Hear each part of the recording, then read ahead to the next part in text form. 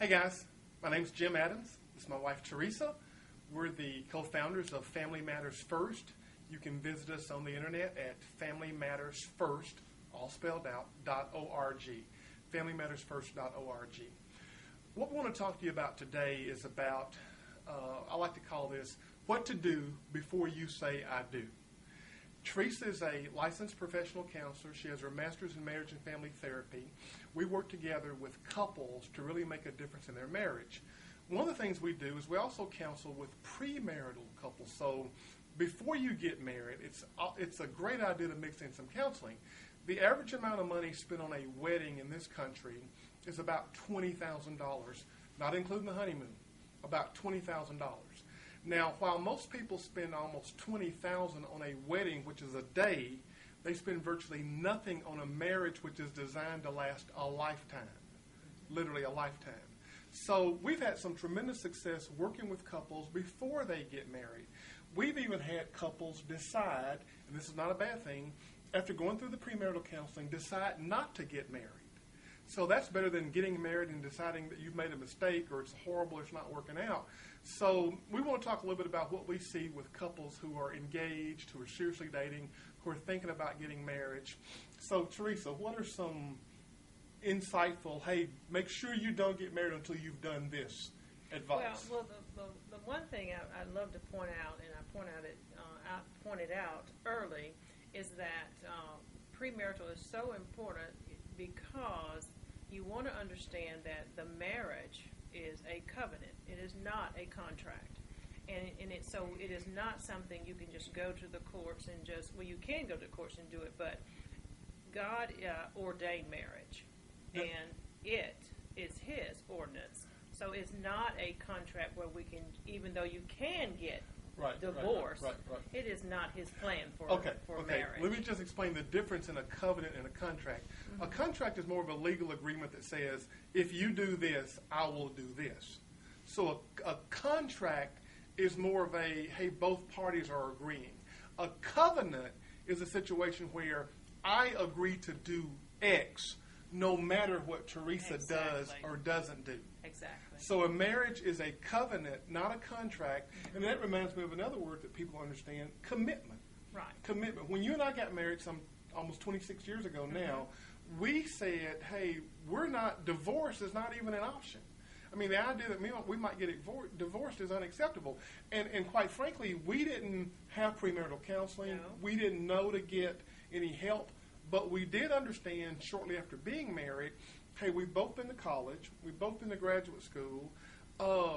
Why don't we go get trained on how to be married? Exactly. And that's basically what we do at Family Matters First. You know, I think it was Will Rogers who said this. Everybody is ignorant about something. So ignorance is not a bad thing. I mean, I'm ignorant about flying an airplane. Got no idea how to do it. So think about this. You get married. You are really ignorant about being married. No, I'm not, Jim. I saw my parents be married.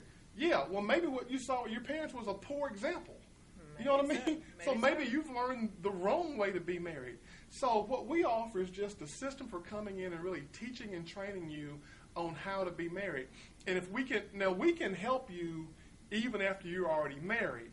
But man, it would be so much better if you would come see us before you got married. Right, and some of the little areas we will cover, we will go all the way from finances and just learning. I forgot myself. Well, one of the other.